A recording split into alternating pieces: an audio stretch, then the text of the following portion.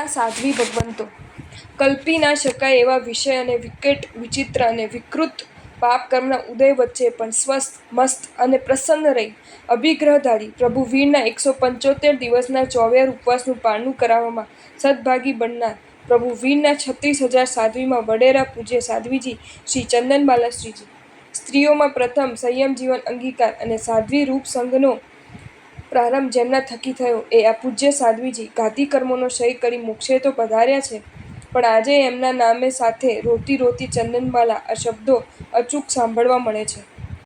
પ્રભુ વીરની દેશના સાંભળીને વસ્તીમાં મોડા આવવા બદલ ગુરુણીશ્રી તરફથી સાંભળવા મળેલ તમારા જેવા કુલીનને મોડું આવવું કલ્પે નહીં ના શબ્દોએ જેમને મનોમંથન કરવા પ્રેર્યા અને એ મનોમંથને જેમણે ઘાતી કર્મના ક્ષયથી મળતા કેવલ જ્ઞાનની પ્રાપ્તિ કરાવી દીધી એ સાધ્વીજી શ્રી મુદ્ગાવતી શ્રીજી, ભૂલનો બચાવ નહીં પણ પ્રસન્ન ચિત્તે સદ્ભાવ ટકાવવા સાથે કબૂલાત નો સંદેશ આપી ગયેલ આ સાધ્વીજીને અંતરના અનંત વંદન.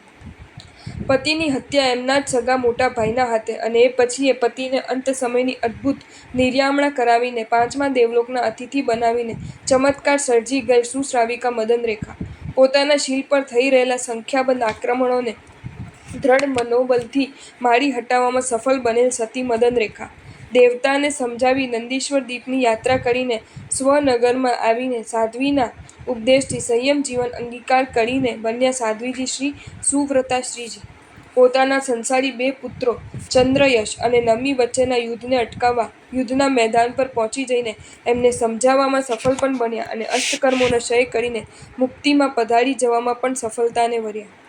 પૂર્વના ભવમાં 24 તીર્થંકર ભગવંતોની અહોભાવપૂર્વક આંબિલ સાથે આરાધના કરવાના પ્રભાવે જેના ભાલ પ્રદેશ પર સૂર્ય સમાન તેજસ્વી તિલક ગ્રહસ્થ અવસ્થામાં હતું એ સાધ્વીજી શ્રી દમયંતી શ્રીજી, પાપ કર્મોના ઉદય વસ્તુ, વ્યક્તિ, પરિસ્થિતિ કલ્પી ના શકાય એ હદે પ્રતિકૂળ હોવા છતાં મનની સ્વસ્થતા અને જીવનની પવિત્રતાને ટકાવી રાખીને સંયમ માર્ગ અંગીકાર કરનાર આ સાધ્વીજી ચારિત્ર જીવનનું નિર્મલ પાલન કરીને દેવલોકમાં પધાર્યા. ત્યાંથી છવીને વસુદેવની પત્ની કનકવતી થઈને આરાધના કરી કર્મક્ષય થતાં મુક્તિમાં પધારશે. એક બહેનને એક વાર સાંભળેલું યાદ રહી જાય એ રીતે ઉત્તરોત્તર 7 બહેનોને 7 વાર સાંભળેલું યાદ રહી જાય એ તીવ્ર સ્મરણ શક્તિ ધરાવતા સાધ્વીજી ભગવંતો એટલે યક્ષદિનના, ભૂતા, ભૂતદિનના, સેના, વેણા અને રેણા. આમાંના પ્રથમ નંબરના બહેન સાધ્વીજીએ પોતાના બંધુ મુનિવર શ્રીયકને પ્રેરણા કરીને સંવત્સરીનો ઉપવાસ કરાવ્યો તો ખરો, પણ ઉપવાસમાં જ મુનિવરનો કાલધર્મ થઈ જવાથી ખિન્ન થઈ ગયેલ સાધ્વી આત્મહત્યા કરવા તૈયાર થઈ ગયેલા, પણ સંગે કરેલ કૌશગની આરાધનાથી પ્રગટ થયેલ શાસનદેવીએ સાધ્વીજીને સિમંદર સ્વામી પાસે જઈને સમાધાન કરાવ્યું. સિમંદર સ્વામીએ સાધ્વીજીને 4 ચૂલિકા પણ આપી. એક સમયના કટ્ટર વેદાંતી અને ભારે અહંકારી હરિભદ્ર બ્રાહ્મણને જીન શાસનાભિમુખ બનાવીને આગળ જતા 1444 ગ્રંથોના રચયિતા હરિભદ્રસૂરી બનાવવાનો યશ જેમને ફાળે જાય છે એ સાધ્વીજી શ્રી યાકિની મહત્રા, પૂજ્ય આચાર્ય શ્રી હરિભદ્રસૂરી મહારાજના ગુરુદેવ શ્રી જિંદતસૂરી મહારાજના આગમપરાયણા અને મહત્રા પદથી વિભૂષિત આ સાધ્વીજી સંસારીપણે મોટા બહેન થતા હતા. જીન શાસન આ સાધ્વીજીને ક્યારેય વિસરી શકે તેમ નથી. ચિંતામણી રત્ન મેં ગુરુદેવને આપ્યું. આવું સ્વપ્ન જોનાર જે માતાએ પોતાના પુત્રને જીન શાસનના ચરણે ધરી કલિકાલ સર્વજ્ઞ શ્રી હેમચંદ્રાચાર્યનું સર્જન કર્યું એ માતા એટલે આગળ જતા સંયમી બનેલા સાધ્વીજી શ્રી પાહિની.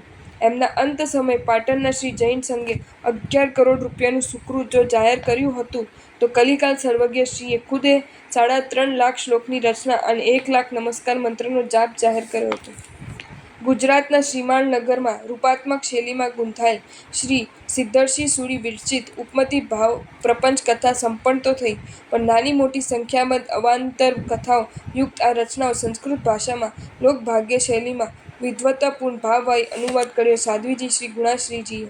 આવા અદ્ભુત ગ્રંથની સંસ્કૃત રચના કરીને આ વિદુષી સાધ્વીજીએ સમસ્ત સાધ્વી સમુદાયની જ્ઞાનોપાસના અને સાહિત્ય સર્જનની પ્રવૃત્તિ પર કીર્તિ કળશ ચડાવ્યો છે. અત્યંત કઠિન અને રૂપાત્મક ગ્રંથનું એક સાધ્વી તરીકે સંસ્કૃતમાં અનુવાદ કરવાનું સાહિત્ય સાહસ ખૂબ જ સ્તુત્ય અને ગૌરવપદ છે. આ ગ્રંથની હસ્તપ્રત ભંડારકાર ઓરિયેન્ટલ રિસર્ચ ઇન્સ્ટિટ્યૂટ, પૂનામાં આજે સુરક્ષિત છે. આ વિદુષી સાધ્વીજીને લાખ લાખ વંદન. 7મી સદીમાં વિષયાવશ્યક ભાષ્ય નામના મહાન ગ્રંથની રચના ભલે શ્રી જીનભદ્ર ગણી ક્ષમાશ્રમણે કરી, પણ આ મહાન ગ્રંથની રચનામાં કુલ 7 વ્યક્તિઓ અગત્યનો સાથ અને સહકાર આપ્યો હતો. એ 7 વ્યક્તિઓમાં 2 વિદુષી સાધ્વીજીઓ હતા. એમાં એક હતા આનંદ મહત્રા અને બીજા સાધ્વી હતા વીરમતી ગણીની. આ બંને સાધ્વીજીનો આપણે ઉપકાર માણીએ એટલો ઓછો છે. રત્નત્રયની આરાધના, ગુરુભક્તિ અને વિનય ગુણના અમલીકરણમાં આવેલ ઢગલાબંધ કસોટીઓને સહનશીલતા, ધીરતા, ગંભીરતા અને સ્થિરતાના માધ્યમે જેમણે પરાજિત કરી દીધી એ સાધ્વીજી શ્રી તીર્થશ્રીજી મહારાજ. છેલ્લા કેટલાય દાયકાઓ બાદ અને સહેકાઓ બાદ વર્ધમાન તપની 100 અળી સંપન્ન કરી ચૂકેલા આત્મામાં આ સાધ્વીજીનું નામ પ્રથમ નંબર પર છે.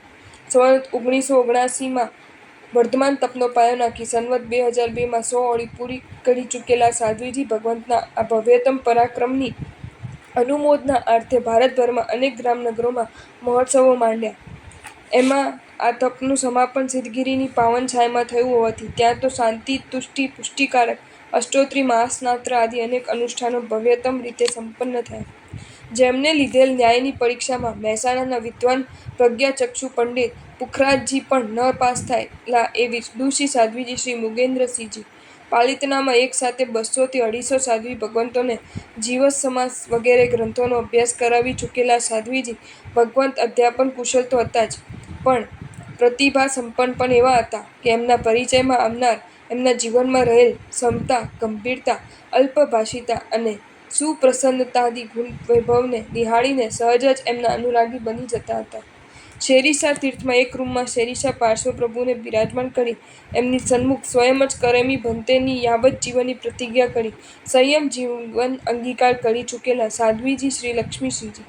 પંચસંગ્રહ, કંપયડી વગેરે અનેક ગ્રંથો અને સંસ્કૃત પ્રાકૃત વ્યાકરણના અભ્યાસથી સુંદર તત્વજ્ઞાન પ્રાપ્ત કરનાર આ સાધ્વીજીએ શીઘ્રકવિત્વના અનુપમ ગુણો દ્વારા ચૈત્યવંદનો, સ્તવનો અને સજ્જાયોની પૂર્વના મહાપુરુષોની કૃતિને યાદ કરાવે એવી રચના કરી છે. ગ્રહસ્થોના પરિચયથી દૂર રહેવા સતત પ્રયત્નશીલ આ સાધ્વીજી ભગવંતે 37 વર્ષ સુધી અનેક સ્થળોએ વિચરણ કરી અનેકના હૈયામાં ધર્મબીજના વાવેતર કર્યા છે.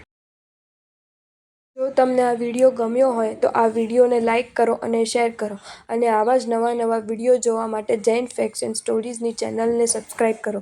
ધન્યવાદ.